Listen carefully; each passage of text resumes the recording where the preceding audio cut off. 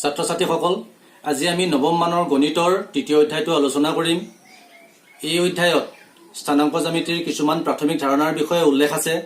আজি মই এই স্থানাংক জ্যামিতিৰ এই প্ৰাথমিক ধাৰণাসমূহৰ লগত তোমালোকক পৰিচয় কৰাই দিম। সংখ্যা ৰেখাত বিন্দু এটাৰ অৱস্থান কেনেকৈ নিৰ্ণয় কৰা হয় আৰু ইয়াৰ অৱস্থান কেনেকৈ বৰ্ণনা কৰা হয় তোমালোকে আগৰ শ্ৰেণীত শিকি আহিছা। কিন্তু আমি এনেকুৱা কিছুমান পৰিৱেশ পাওঁ যিবোৰত বিন্দু এটাৰ অৱস্থান দুডাল লম্ব ৰেখাৰ সাপেক্ষেহে আমি বুজাবলগীয়া হয়। এটা উদাহৰণ চোৱা, ইয়াত এটা মূল পথ আছে। এই মূল পথটো পূব পশ্চিমাকৈ আছে আৰু এই মূল পথটোৰ লগত লম্বভাৱে 8টা উপপথ আছে। এই উপপথসমূহ পশ্চিমৰ পৰা পূবলৈ পথ 1, পথ 2, পথ 3, পথ 4 এনেধৰণে পথ 8লৈ আছে। এই উপপথসমূহত কিছুমান ঘৰ আছে আৰু এই ঘৰসমূহৰ নম্বৰ দিয়া আছে। এই উপপথসমূহত থকা কোনোবা এটা ঘৰৰ বিষয়ে আমি ক'ব লগা হ'লে আমাৰ এটা তথ্যই যথেষ্ট নহয়। ধৰা হ'ল 2 নং উপপথত থকা কোনোবা এটা ঘৰৰ বিষয়ে আমি বৰ্ণনা কৰিব লাগে, তেতিয়াহ'লে আমাৰ 2 নং উপপথ বুলি ক'লেই আমি ঘৰটো নিৰ্ণয় কৰিব নোৱাৰো। ইয়াত আমাক দুটা তথ্যৰ প্ৰয়োজন হ'ব, যেনে 2 নং উপপথৰ 5 নম্বৰ ঘৰ। তেনেহ'লে আমি প্ৰথমে 2 নং উপপথটো উলিয়াম আৰু এই 2 নং উপপথৰ 5 নম্বৰ ঘৰলৈ আমি যাম। তেতিয়া আমি সেই ঘৰটোৰ অৱস্থান আমি নিৰ্ণয় কৰিব পাৰিম। আৰু এই চিত্ৰত আমি 2 নং উপপথৰ 5 নং ঘৰটো এইচেৰে আমি চিহ্নিত কৰিছো। গতিকে ইয়াত এই চিহ্নটোৱে 2 নং উপপথৰ 5 নম্বৰ ঘৰটোৰ কথা বুজাইছে। আকৌ এই পি বিন্দুটোৱে আমাক 7 নং উপপথৰ 4 নম্বৰ ঘৰটোৰ অৱস্থান বুজাইছে। এই উদাহৰণটোত আমি ঘৰ এটাৰ অৱস্থান বুজাব লগা হ'লে আমাক দুটা তথ্যৰ প্ৰয়োজন। এটা হ'ল উপপথটোৰ নম্বৰ আৰু আনটো হ'ল ঘৰটোৰ নম্বৰ। গতিকে আমি এটা কথা গম পালো যে এখন সমতলত এটা বিন্দুৰ অৱস্থানৰ বিষয়ে আমি বৰ্ণনা কৰিব লগা হ'লে আমাক দুটা স্বতন্ত্ৰ তথ্যৰ প্ৰয়োজন। এতিয়া তোমালোকে আৰু এটা উদাহৰণ চোৱা। এইখিলা এখিলা কাগজ। এই কাগজখিলাৰ এটা স্থানত মই এটা বিন্দু দিছো। এই বিন্দুটোৰ অৱস্থান আমি বৰ্ণনা কৰিম।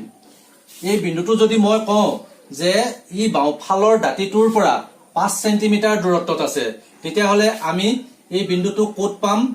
আমি এনেকুৱা এটা ৰেখাৰ ওপৰত পাম, কিয়নো এই দাঁতিটোৰ পৰা ইয়ালৈ 5 চেণ্টিমিটাৰ দূৰত্ব আৰু ইয়াৰ পৰা ইয়ালৈ 5 চেণ্টিমিটাৰ দূৰত্ব। যিহেতু বিন্দুটো বাওঁফালৰ দাঁতিটোৰ পৰা 5 চেণ্টিমিটাৰ দূৰত্বত আছে, গতিকে সেই বিন্দুটো এই ৰেখাডালৰ যিকোনো এটা অৱস্থানত থকাৰ সম্ভাৱনা থাকিব। আকৌ আমি যদি কওঁ বিন্দুটো তলৰ দাঁতিৰ পৰা 9 চেণ্টিমিটাৰ ওপৰত আছে, তেতিয়াহ'লে আমি বিন্দুটো এই ৰেখাডালৰ ওপৰত পাম। এই ৰেখাডাল ধৰি লৈছো যে তলৰ দাঁতিৰ পৰা 9 চেণ্টিমিটাৰ ওপৰত থকা এডাল ৰেখা। যিহেতু বিন্দুটো এই তলৰ দাঁতিটোৰ পৰা 9 চেণ্টিমিটাৰ ওপৰত আছে, গতিকে সেই বিন্দুটোৰ অৱস্থান এই ৰেখাডালৰ যিকোনো এঠাইত হ'ব পাৰে। গতিকে আমি তাৰ সঠিক অৱস্থানটো আমি নিৰ্ণয় কৰিব নোৱাৰো। গতিকে আমি যদি একেলগে এই দুইটা তথ্য কওঁ যে বিন্দুটো বাওঁফালৰ দাঁতিৰ পৰা 5 চেণ্টিমিটাৰ আঁতৰত আৰু কাগজখিলাৰ তলৰ দাঁতিৰ পৰা 9 চেণ্টিমিটাৰ ওপৰত আছে, তেতিয়াহ'লে আমি বিন্দুটোৰ এটা সঠিক অৱস্থান আমি বিচাৰি পাওঁ। তেতিয়া আমি বিন্দুটো এই অৱস্থানত পাম, কিয়নো এই অৱস্থানটো বাওঁফালৰ দাঁতিৰ পৰা 5 চেণ্টিমিটাৰ দূৰত আছে আৰু সেই কাগজখিলাৰ তলৰ দাঁতিৰ পৰা 9 চেণ্টিমিটাৰ দূৰত্বত আছে। গতিকে আমি এই বিন্দুটোৰ অৱস্থান বৰ্ণনা কৰোঁতে আমি দুটা স্বতন্ত্ৰ তথ্যৰ সহায় লৈছো। সেই তথ্যকেইটা হ'ল এই কাগজখিলাৰ বাওঁফালৰ দাঁতিৰ পৰা 5 চেণ্টিমিটাৰ দূৰত্বত আৰু তলৰ দাঁতিৰ পৰা 9 চেণ্টিমিটাৰ দূৰত্বত বিন্দুটো অৱস্থিত। গতিকে আমি এই উদাহৰণ দুটাৰ পৰা এটা সিদ্ধান্তত উপনীত হলো যে এখন সমতলত থকা এটা বিন্দুৰ অৱস্থান বৰ্ণনা কৰিব লগা হ'লে আমাক দুটা স্বতন্ত্ৰ তথ্যৰ প্ৰয়োজন। এতিয়া আমি অনুশীলনী 3.1টো আলোচনা কৰো। এই অনুশীলনী 3.1ত দুটা কুৱেশ্যন দিছে। এই কুৱেশ্যন কেইটা আলোচনা কৰিলে এই কথাখিনিৰ বিষয়ে আমি আৰু অধিক বুজিব পাৰিম। 1 নম্বৰ প্ৰশ্নটো হৈছে, তোমাৰ পঢ়া টেবুলত থকা টেবুল লেম্পটোৰ অৱস্থান আন এজনক কেনেধৰণে বৰ্ণনা কৰিবা? এতিয়া টেবুলখন মই এনেধৰণে আঁকি লৈছো। এইখন টেবুলখন আৰু এই টেবুলখনৰ এটা অৱস্থানত মই এটা টেবুল লেম্প ৰাখিছো। টেবুল লেম্পটোক মই এটা বিন্দুৰ দ্বাৰা ইয়াত উপস্থাপন কৰিছো। এতিয়া আমি এই দাঁতিটোৰ পৰা আমি ইয়াক জুখিম। ইয়াৰ যদি দূৰত্ব যদি 25 চেণ্টিমিটাৰ হয়, আকৌ এই তলৰ দাঁতিৰ পৰা আমি ইয়াক জুখিম। এই দাঁতিটোৰ পৰা ইয়াৰ দূৰত্ব যদি 30 সেন্টিমিটাৰ হয়। এতিয়া এই বিন্দুটোৰ অৱস্থানটো আমি এনেধৰণে লিখিম 25 30। ইয়াক তুমি এনেধৰণেও উল্লেখ কৰিব পাৰা 30 25। এটা দাঁতিৰ পৰা 30 সেন্টিমিটাৰ দূৰত্বত আৰু আন এটা দাঁতিৰ পৰা 25 সেন্টিমিটাৰ দূৰত্বত, নাইবা এনেধৰণে আমি ইয়াক উল্লেখ কৰিব পাৰো যে এটা দাঁতিৰ পৰা 25 সেন্টিমিটাৰ দূৰত্বত আৰু আনটো দাঁতিৰ পৰা 30 সেন্টিমিটাৰ দূৰত্বত এই টেবুল লেম্পটো আছে। এতিয়া আমি 2 নম্বৰ প্ৰশ্নটো চাওঁ। এখন মহানগৰৰ দুটা প্ৰধান পথ আছে, যি দুটা মহানগৰখনৰ কেন্দ্ৰস্থলত এটাৰ ওপৰেৰে আনটো পাৰ হৈ গৈছে। ৰাস্তা দুটাৰ এটা উত্তৰ দক্ষিণ দিশত আৰু আনটো পূব পশ্চিম দিশত আছে। মহানগৰখনৰ আন পথবোৰ এই ৰাস্তা দুটাৰ সমান্তৰালকৈ আছে আৰু এটাৰ পৰা আনটোৰ দূৰত্ব 200 মিটাৰ। প্ৰতিটো দিশত 5টাকৈ পথ আছে। এতিয়া 1 centimetre is equal to 200 metre বুলি ধৰি তোমাৰ বহীত মহানগৰখনৰ এটা মডেল অংকন কৰা। প্ৰধান পথ আৰু আন পথবোৰ একোডাল সৰলৰেখাৰে দেখুৱাবা। কিমানটা চাৰিআলি 43 বুলি বুজোৱা হ'ব? কিমানটা চাৰিআলি 34 বুলি বুজোৱা হ'ব? আমি মহানগৰখনৰ এই পথৰ যিটো নক্সা দিছে এই নক্সাটো অংকন কৰিলো। ইয়াত প্ৰশ্নত দিছে যে মহানগৰখনত এটা পথ আছে পূব পশ্চিম দিশত আৰু এটা পথ আছে উত্তৰ দক্ষিণ দিশত, আৰু এই পথ দুটাৰ সমান্তৰালকৈ 5টাকৈ পথ আছে। পূব পশ্চিম দিশত থকা এই পথটোৰ সমান্তৰালকৈ আমি 5টা পথ লৈছো, পথ 1, পথ 2, পথ 3, পথ 4, পথ 5। আৰু উত্তৰ দক্ষিণ দিশত থকা এই পথটোৰ সমান্তৰালকৈ আমি 5টা পথ অংকন কৰিছো, পথ 1, পথ 2, পথ 3, পথ 4, পথ 5। এতিয়া ইয়াত কৈছে যে উত্তৰ দক্ষিণ দিশত থকা 2 নং পথটো আৰু পূব পশ্চিম দিশত থকা 5 নং পথটো, এই পথ দুটাই যি চাৰিআলি সৃষ্টি কৰে এই চাৰিআলিটোক 25ৰে চিহ্নিত কৰা হয়। ইয়াৰ পিছত আৰু দুটা কুৱেশ্যন সুধিছে যে 43ৰে চিহ্নিত কৰিব পৰা চাৰিআলি কিমানটা আছে। ইয়াত আমি চাওঁ 4টোৱে বুজাব উত্তৰ দক্ষিণ দিশত থকা পথৰ সংখ্যা, পথ 1, পথ 2, পথ 3, পথ 4। তেতিয়াহ'লে এই 4টোৰ বাবে আমি এই পথলৈ আহিম। ইয়াৰ পিছত 3য়ে বুজাব পূব পশ্চিম দিশত থকা পথৰ সংখ্যা, পথ 1, পথ 2, পথ 3। গতিকে আমি এই পথটো আৰু এই পথটো, এই পথ দুটাই সৃষ্টি কৰা আমি চাৰিআলিটো বিচাৰি উলিয়াম। আমি বিচাৰি পালো এইটো হ'ব উত্তৰ দক্ষিণ দিশত থকা 4 নং পথ আৰু পূব পশ্চিম দিশত থকা 3 নং পথে সৃষ্টি কৰা চাৰিআলি। গতিকে ইয়াক আমি এনেধৰণে চিহ্নিত কৰিম 4 3। ইয়াৰ পিছত কৈছে 34ৰে চিহ্নিত কৰিব পৰা চাৰিআলি কিমানটা আছে। ইয়াত 3য়ে বুজাইছে উত্তৰ দক্ষিণ দিশত থকা পথৰ নম্বৰ আৰু 4ৰে বুজাইছে পূব পশ্চিম দিশত থকা পথৰ নম্বৰ। গতিকে 3 নং পথ, উত্তৰ দক্ষিণ দিশত থকা 3 নং পথটো হ'ল এইটো, আৰু পূব পশ্চিম দিশত থকা 4 নং পথটো হ'ল এইটো। গতিকে এই পথ দুটাই সৃষ্টি কৰা চাৰিআলিটো হ'ব এইটো হ'ব 3 4। ইয়াত আমি 4 3 বুলি বুজোৱা চাৰিআলি আমি এটা পাওঁ আৰু 3 4 বুলি বুজোৱা আমি চাৰিআলি এটা পাওঁ। সংখ্যা প্ৰণালী সম্পৰ্কীয় অধ্যায়ত তোমালোকে সংখ্যা ৰেখাৰ বিষয়ে শিকিছা। এডাল সৰলৰেখাত সমান সমান দূৰত্বত কিছুমান দাগ কাটি কিছুমান সংখ্যা নিৰ্দেশ কৰা হয়। মই এডাল সংখ্যা ৰেখা অংকন কৰিছো। ইয়াত এটা স্থিৰ বিন্দু লোৱা হৈছে। এই স্থিৰ বিন্দুটোৰ পৰা সমান সমান দূৰত্বত আমি কিছুমান দাগ কাটিছো আৰু এই দাগবিলাকত আমি 1 2 3 4 5 এনেধৰণে লিখিছো। এই স্থিৰ বিন্দুটোৰ পৰা সোঁফাললৈ ধনাত্মক আৰু ইয়াৰ বাওঁফাললৈ ঋণাত্মক হিচাপে চিহ্নিত কৰা হয়। ইয়াত স্থিৰ বিন্দুটোক মূল বিন্দু বুলি কোৱা হয়। ইয়াত এই 0 বিন্দুটোৱে মূল বিন্দু বুজাইছে আৰু ইয়াৰ পৰা দৈৰ্ঘ্যবিলাক জোখা হয়। ইয়াৰ পৰা 1 একক দূৰত্বক আমি 1ৰে নিৰ্দেশ কৰো, 2 একক দূৰত্বক আমি 2ৰে নিৰ্দেশ কৰো। ঠিক তেনেকৈ বাওঁফাললৈ আকৌ 0ৰ পৰা 1 একক দূৰত্বত আমি -1 পাওঁ, 0ৰ পৰা 2 একক দূৰত্বত আমি -2 পাওঁ। এতিয়া তোমালোকে এটা কথা গম পালা যে 0ৰ পৰা ধনাত্মক দিশত r একক দূৰত্বত থকা বিন্দুটোৱে +r বুজাব আৰু 0ৰ পৰা ঋণাত্মক দিশত r একক দূৰত্বত থকা বিন্দুটোৱে -r সংখ্যাটো বুজাব। এনেধৰণৰ দুডাল সংখ্যা ৰেখা পৰস্পৰ লম্বভাৱে ৰাখি সমতলত থকা বিন্দু এটাৰ অৱস্থান বুজোৱাৰ ধাৰণাটো ফৰাচী গণিতজ্ঞ ডেকাৰ্টে আৱিষ্কাৰ কৰিছিল। সমতলত এটা বিন্দুৰ অৱস্থান নিৰ্ণয়ৰ বাবে এই সংখ্যা ৰেখা দুডাল এনেধৰণে লোৱা হয়। এডাল সংখ্যা ৰেখা অনুভূমিক দিশত লোৱা হয় আৰু এডাল সংখ্যা ৰেখা উলম্বভাৱে লোৱা হয়। ইয়াত x' x এডাল সংখ্যা ৰেখা আৰু y ডেছ এডাল সংখ্যা ৰেখা। x' x সংখ্যা ৰেখাডাল অনুভূমিকভাৱে আছে আৰু y ডেছ সংখ্যা ৰেখাডাল উলম্বভাৱে আছে। ইয়াত এইফাললৈ ধনাত্মক আৰু এইফাললৈ ঋণাত্মক সংখ্যাবিলাক চিহ্নিত কৰা হৈছে আৰু এই উলম্বভাৱে থকা সংখ্যা ৰেখাডালত ওপৰলৈ ধনাত্মক সংখ্যাবিলাক চিহ্নিত কৰা হৈছে আৰু তললৈ ঋণাত্মক সংখ্যাবিলাক চিহ্নিত কৰা হৈছে। এতিয়া আমি এই সংখ্যা ৰেখা দুডাল এনেদৰে একেলগ কৰিম যাতে এডাল আনডালৰ শূন্য বা মূলবিন্দুৰ মাজেৰে যায়। অনুভূমিকভাৱে থকা x' xক x অক্ষ বুলি কোৱা হয় আৰু উলম্বভাৱে থকা y ডেছক y অক্ষ বুলি কোৱা হয়। আৰু এই x' x আৰু y ডেছ এই ৰেখা দুডালে যিটো বিন্দুত মিলিত হৈছে সেই বিন্দুটোক মূলবিন্দু বুলি কোৱা হয় আৰু ইয়াক o ৰে চিহ্নিত কৰা হয়। যিহেতু ধনাত্মক সংখ্যাবিলাক ox আৰু oy দিশত থাকে গতিকে oxক ধনাত্মক x অক্ষ আৰু oy ধনাত্মক y অক্ষ বুলি কোৱা হয়। আকৌ যিহেতু ঋণাত্মক সংখ্যাবিলাক ox ডেছ আৰু oy ডেছৰ দিশত থাকে সেয়েহে ox ডেছক ঋণাত্মক x অক্ষ আৰু oy ডেছক ঋণাত্মক y অক্ষ বুলি কোৱা হয়। তোমালোকে নিশ্চয় এটা কথা মন কৰিছা যে এই অক্ষ দুডালে এই সমতলখনক চাৰিটা ভাগত বিভক্ত কৰিছে। এই চাৰিটা ভাগৰ প্ৰতিটোকে চুক বা পাত বুলি কোৱা হয়। ইংৰাজীত ইয়াক কোৱাড্ৰেন্ট বুলি কোৱা হয়। oxৰ পৰা ঘড়ীৰ কাঁটাৰ বিপৰীত দিশত এই চুকসমূহক প্ৰথম চুক, দ্বিতীয় চুক, তৃতীয় চুক আৰু চতুৰ্থ চুক বুলি কোৱা হয়।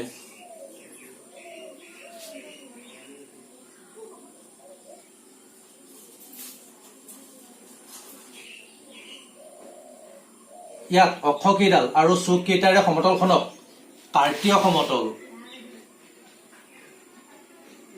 বা স্থানাংক সমতল বা XY সমতল বুলি কোৱা হয়। এই অক্ষ দুডালক স্থানাংক অক্ষ বুলি কোৱা হয়।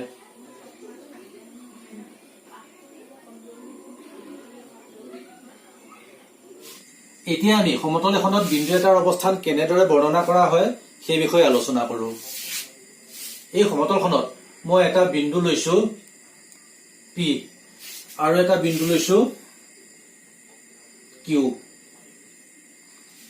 এতিয়া এই P বিন্দুৰ পৰা x অক্ষৰ ওপৰত এডাল মই লম্ব অংকন কৰিছো PM আৰু y অক্ষৰ ওপৰত আন এডাল লম্ব অংকন কৰিছো, এডালৰ নাম দিছো PN। একেদৰে Q বিন্দুৰ পৰা x অক্ষৰ ওপৰত এডাল লম্ব অংকন কৰিছো, ইয়াৰ নাম দিছো QR আৰু y অক্ষৰ ওপৰত আন এডাল লম্ব অংকন কৰিছো, ইয়াৰ নাম দিছো QS। এতিয়া y অক্ষৰ পৰা P বিন্দুটোৰ দূৰত্ব হ'ব PN। এই PN OM ৰ সমান আৰু OM ৰ দৈৰ্ঘ্য হ'ল 4 একক। আকৌ P বিন্দুটো x অক্ষৰ পৰা দূৰত্ব হ'ল PM। এই PM ON ৰ সমান আৰু ON ৰ দৈৰ্ঘ্য হ'ল 3। এইবাৰ আমি Q বিন্দুটো অক্ষ দুডালৰ পৰা কিমান কিমান দূৰত্বত আছে সেইটো আলোচনা কৰো। Q বিন্দুটোৰ y অক্ষৰ পৰা দূৰত্ব হ'ল QS। QS OR ৰ সমান। OR ৰ দৈৰ্ঘ্য হ'ল 5। আকৌ Q বিন্দুটো x অক্ষৰ পৰা দূৰত্ব হ'ল RQ। এই RQ OS ৰ সমান। OS ৰ দৈৰ্ঘ্য হ'ল 2। এতিয়া আমি P আৰু Q বিন্দু দুটাৰ অক্ষ দুডালৰ পৰা দূৰত্ববিলাক নিৰ্ণয় কৰিলো। এতিয়া y অক্ষৰ পৰা x অক্ষৰ ধনাত্মক দিশলৈ লোৱা দূৰত্ববিলাক হ'ব ধনাত্মক, অৰ্থাৎ OM এটো হ'ব +4 আৰু y অক্ষৰ পৰা x অক্ষৰ ঋণাত্মক দিশলৈ লোৱাৰ দূৰত্ববিলাক হ'ব ঋণাত্মক, গতিকে OR দূৰত্বটো হ'ব ঋণাত্মক। আকৌ x অক্ষৰ পৰা y অক্ষৰ ধনাত্মক দিশলৈ লোৱা দূৰত্ববিলাক হ'ব ধনাত্মক গতিকে pm হ'ব ধনাত্মক এটো হ'ব +3 আকৌ x অক্ষৰ পৰা y অক্ষৰ ঋণাত্মক দিশলৈ লোৱা দূৰত্ববিলাক হ'ব ঋণাত্মক গতিকে rq হ'ব ঋণাত্মক এটো হ'ব -2 এতিয়া তোমালোকে আকৌ চোৱা y অক্ষডালৰ পৰা p বিন্দুটোৰ দূৰত্ব আমি কিমান পাইছিলো 4 একক y অক্ষৰ পৰা এটা বিন্দুৰ দূৰত্বটো সেই বিন্দুটোৰ x স্থানাংক বুলি কোৱা হয় তেতিয়া হলে আমি কি পাম p বিন্দুৰ x স্থানাংক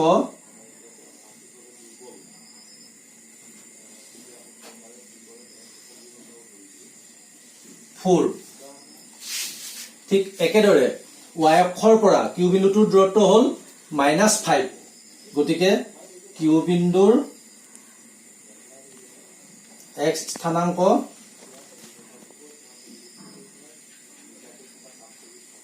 -5 আকৌ x অক্ষৰ পৰা p বিন্দুটোৰ দূৰত্ব হ'ল 3 একক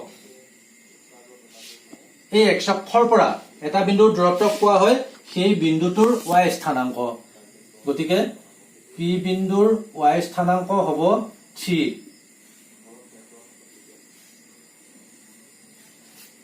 একেদৰে q বিন্দুৰ y স্থানাংক হ'ব -2 এতিয়া এটা বিন্দুৰ স্থানাংকক এনেদৰে লিখা হয় প্ৰথমে লিখা হয় x স্থানাংক আৰু তাৰ পিছত লিখা হয় y স্থানাংক আৰু এই স্থানাংক দুটাক এডাল বন্ধনীৰ ভিতৰত লিখা হয় এতিয়া p বিন্দুৰ স্থানাংক হ'ব 4 3 ঠিক একেদৰে q বিন্দুৰ স্থানাংক হ'ব -5 -2 ইয়াত আমি প্ৰথমতে x স্থানাংকটো লিখিছো আৰু ইয়াৰ পিছত আমি y স্থানাংকটো লিখিছো এতিয়া আকৌ চোৱা ইয়াত আমি 4 টো কি পাইছো এই 4 টো হ'ল y অক্ষৰ পৰা দূৰত্ব এই y অক্ষৰ পৰা দূৰত্বটো কোৱা হয় ভুজ আৰু 3 টো হ'ল x অক্ষৰ পৰা p বিন্দুৰ দূৰত্ব আৰু ইয়াক কোৱা হয় কুটি একেদৰে q বিন্দুটোৰ x স্থানাংক হ'ল -5 অৰ্থাৎ y অক্ষডালৰ পৰা q বিন্দুটোৰ দূৰত্ব হ'ল -5 গতিকে -5 হ'ব ভুজ আকৌ x অক্ষৰ পৰা q বিন্দুটোৰ দূৰত্ব হ'ল -2 অৰ্থাৎ এই q বিন্দুটোৰ y স্থানাংক হ'ল -2 আৰু q বিন্দুটোৰ কুটি হ'ব -2 এতিয়া তোমালোকে এখন সমতলত এটা বিন্দুৰ অৱস্থান কেনেদৰে বৰ্ণনা কৰা হয় সেই বিষয়ে ভালদৰে বুজি পালা আমি এতিয়া অনুশীলনী 3.2 থকা কেইটামান প্ৰশ্ন সমাধান কৰো তেতিয়া তোমালোকে আৰু ভালদৰে বুজিব পাৰিবা এক নম্বৰ প্ৰশ্নটোত দিয়া আছে তলৰ প্ৰতিটো প্ৰশ্নৰ উত্তৰ লিখা কাৰ্তীয় সমতলত থকা বিন্দু এটাৰ অৱস্থান নিৰ্ণয় কৰিবলৈ অনুভূমিক আৰু উলম্বভাৱে অংকন কৰা ৰেখা দুডালৰ নাম কি এই ৰেখা দুডালৰ নাম হৈছে x অক্ষ আৰু y অক্ষ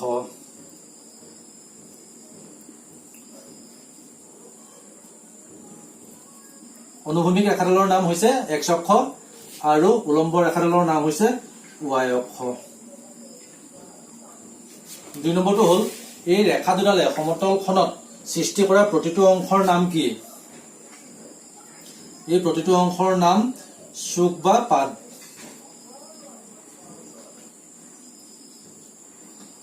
নম্বৰ 3 কৈছে এই ৰেখা দুডালে পৰস্পৰক যিটো বিন্দুত ছেদ কৰে সেই বিন্দুটোৰ নাম কি সেই বিন্দুটোৰ নাম হ'ল মূল বিন্দু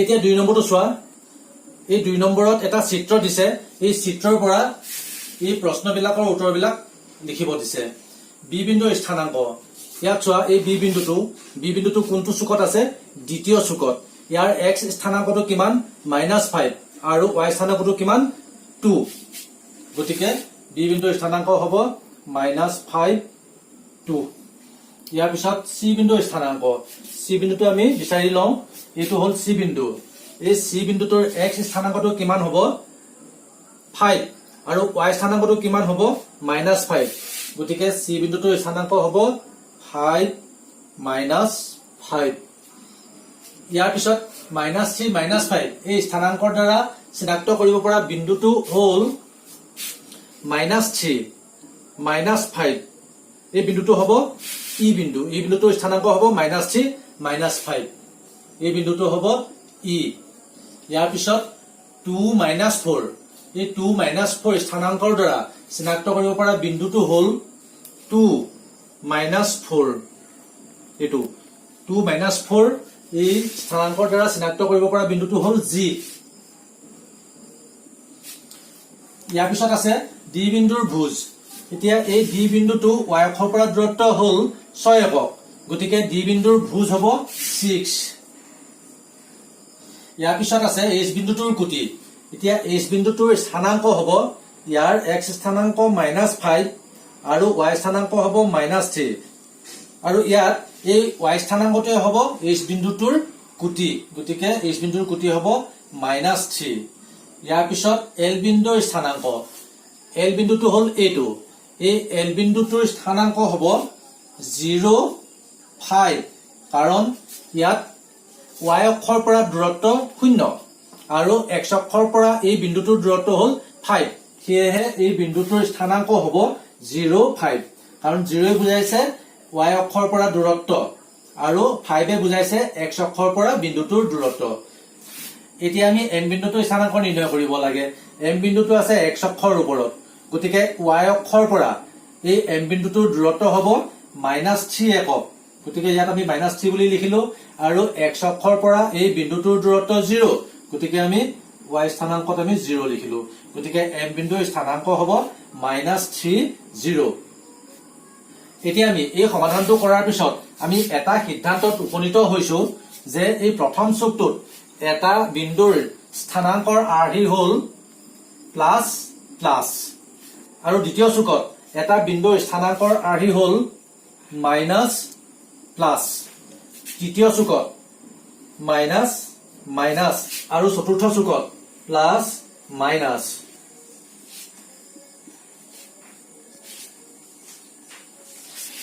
এতিয়া আমি অনুশীলনী 3.32 কৰিম। অনুশীলনী 3.3 আমি এটা বিন্দুৰ স্থানাংক দিয়া থাকিলে কেনেদৰে বিন্দুটো সমতলত সংস্থাপন কৰিব পাৰি সেই বিষয়ে আমি আলোচনা কৰিম। অনুশীলনী 3.3 1 নম্বৰ প্ৰশ্নটোত 5টা বিন্দু দিয়া আছে। এই বিন্দুকেইটা কাৰ্তীয় সমতলৰ কোনডা লক্ষত নাইবা কোনটো চুকত আছে আমাক নিৰ্ণয় কৰিব দিছে আৰু এই বিন্দুকেইটা কাৰ্তীয় সমতলত সংস্থাপন কৰি আমাৰ উত্তৰৰ যথাৰ্থতা পৰীক্ষা কৰিব দিছে। ইয়াত দিয়া থকা বিন্দুকেইটা হ'ল -2, 4, 3, -1, -1, 0, 1, 2 আৰু -3, -5। এতিয়া এই বিন্দুকেইটা এই সমতলখনৰ কোনডা লক্ষত আছে আৰু কোনটো চুকত আছে আমি নিৰ্ণয় কৰো। ইয়াত দিছে -2, 4, -2, 4 এই বিন্দুটোৰ x স্থানাংকটো হ'ল -2 আৰু y স্থানাংক হ'ল 4, গতিকে এই বিন্দুটো দ্বিতীয় চুকত আছে।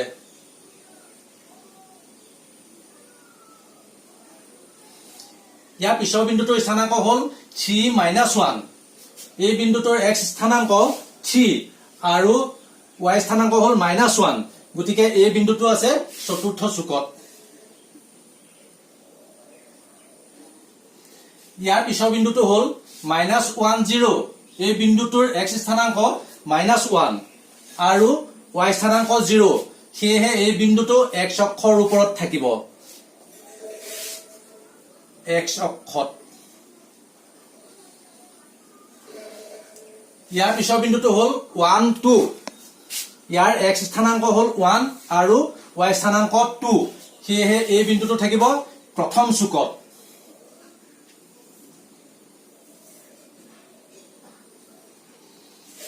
ইয়াৰ পিছৰ বিন্দুটো হ'ল -3, -5 এই বিন্দুটোৰ x স্থানাংক -3 আৰু y স্থানাংক -5, গতিকে এই বিন্দুটো থাকিব তৃতীয় চুকত।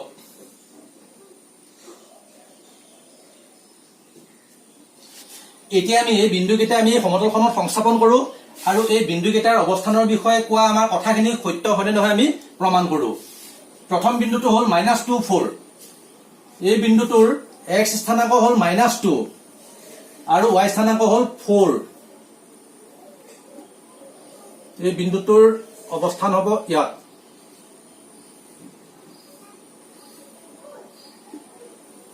-2, 4 গতিকে এই বিন্দুটো দ্বিতীয় চুকত আছে, গতিকে এই কথাটো আমাৰ শুদ্ধ হৈছে। ইয়াৰ পিছৰ বিন্দুটো হ'ল 3 - 1 এই বিন্দুটোৰ x স্থানাংক 3 আৰু y স্থানাংক হ'ল -1 এই অৱস্থানত থাকিব 3 - 1 আৰু এই চুকটো হ'ল চতুৰ্থ চুক গতিকে আমি চতুৰ্থ চুক লিখিছো গতিকে আমাৰ কথাটো শুদ্ধ হৈছে ইয়াৰ পিছৰ বিন্দুটো হ'ল -1 0 এই বিন্দুটোৰ x স্থানাংক -1 আৰু y স্থানাংক 0 গতিকে এই বিন্দুটোৰ অৱস্থান হ'ব ইয়াত গতিকে এই বিন্দুটো আমি x অক্ষত থকা বুলি কৈছো গতিকে এই কথাটো আমাৰ শুদ্ধ হৈছে ইয়াৰ পিছৰ বিন্দুটো হ'ল 1 2 এই বিন্দুটোৰ x স্থানাংক 1 আৰু y স্থানাংক 2 এই বিন্দুটোৰ অৱস্থান হ'ব ইয়াত 1 2 এতিয়া আমি পালো 1 2 বিন্দুটো আছে প্ৰথম চুকত গতিকে আমি আগতে কৈছিলো যে 1 2 বিন্দুটো প্ৰথম চুকত আছে গতিকে আগতে কোৱা কথাটো আমাৰ শুদ্ধ ইয়াৰ পিছৰ বিন্দুটো হ'ল -3 -5 এই বিন্দুটোৰ x স্থানাংক -3 আৰু y স্থানাংক হ'ল -5 গতিকে বিন্দুটোৰ অৱস্থান হ'ব ইয়াত -3 -5 এইটো হ'ল তৃতীয় চুক গতিকে -3 -5 বিন্দুটো তৃতীয় চুকত থাকিব আৰু আমি আগতে উল্লেখ কৰিছো যে -3 -5 বিন্দুটো তৃতীয় চুকত আছে গতিকে আমি আগতে উল্লেখ কৰা কথাটো সত্য এতিয়া আমি এই বিন্দুটোৰ পৰা এটা কথা আমি গম পাইছো যে x অক্ষৰ ওপৰত থকা বিন্দু এটাৰ স্থানাংক আৰ্হি হ'ল x0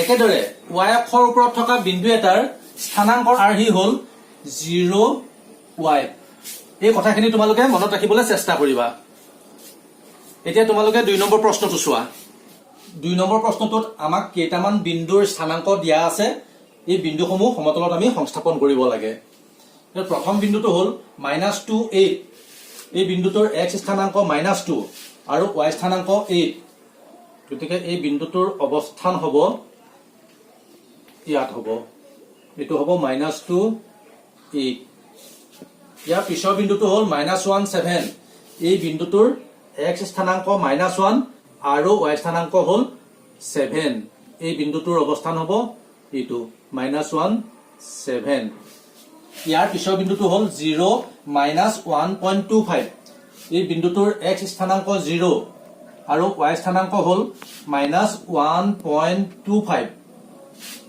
এতিয়া তোমালোকে চোৱা 1.25 is equal to 1 plus 0.25 1 plus 25 by 100 1 plus 1 by 4 তাৰমানে এই বিন্দুটো -1 আৰু -2ৰ মাজত থাকিব আৰু আমি -1 আৰু -2ৰ মাজৰ যি একক দূৰত্ব এই একক দূৰত্বটোক আমি 4 ভাগ কৰিম 4 ভাগ কৰি আমি এভাগ লম গতিকে এই অৱস্থানটোৱে হ'ব 0 - 1.25